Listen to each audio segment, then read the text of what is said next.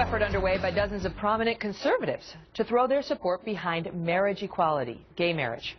4 former governors, 2 members of Congress, and a top presidential advisor all signing on to a brief that's just been sent to the U.S. Supreme Court. Just as the justices hear a same-sex marriage case out of California.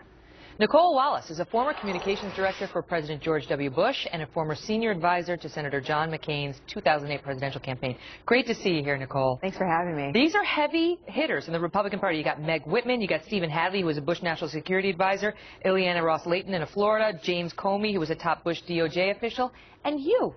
Now, people do not normally associate gay marriage as a Republican-backed issue. Right. Why did you and all these other top Republicans sign on to this?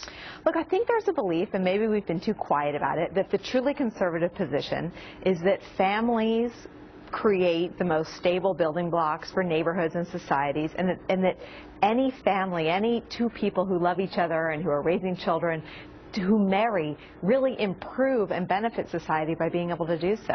And that's the more conservative view here. The argument against it, in part, there's been many arguments against it, right. But legally they say, look, you don't change the Constitution to fit sort of evolving standards in the country. So if the founding fathers had thought, you know, okay, this is what the conservatives argue, we need to protect abortion, that would have been written in there. We need to protect gay marriage, that would have been in there more explicitly, and you can't find new rights over the course of history. Your thoughts? And you're the lawyer here, so I'm not going to out-lawyer you on this one. But I think that that's not my position. No, but I know that you've argued too that a lot of the freedoms that we now enjoy were not necessarily written out in the Constitution. Women didn't get to vote until an embarrassingly recent point in history.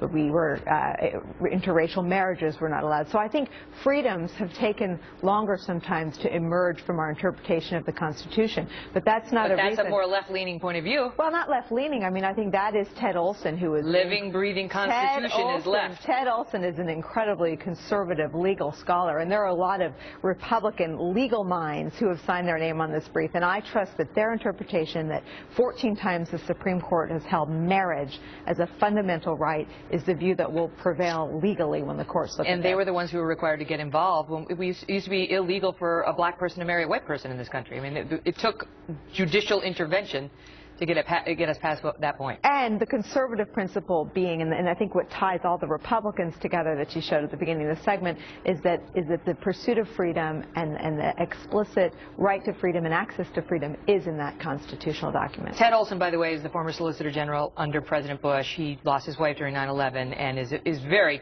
an advocate for conservative causes and a lot of Republican candidates and so on. But he's leading the charge in this California Prop 8 case. Quickly, let me ask you politically, because that is your legal, I know, but politics, you know. Right. Do you think that this will help the Republican Party win back some of the voters that they've been struggling to get? I think it'll help people see us as a party that you talk about things that are living and breathing and evolving. Our party is that. And I think this process of an important one, a healthy one, and I think to see Republicans debating, and I think we're having a pretty intellectual debate about this issue. It's not an emotional or a nasty one. We're debating different theories, and I think that is very good for the party. I think it's good for the country to see our party hashing our way, even if it's messy at points, through some of these complicated issues. Nicolle, great to see you. Thanks for having me. Thanks for being here. Well, we could be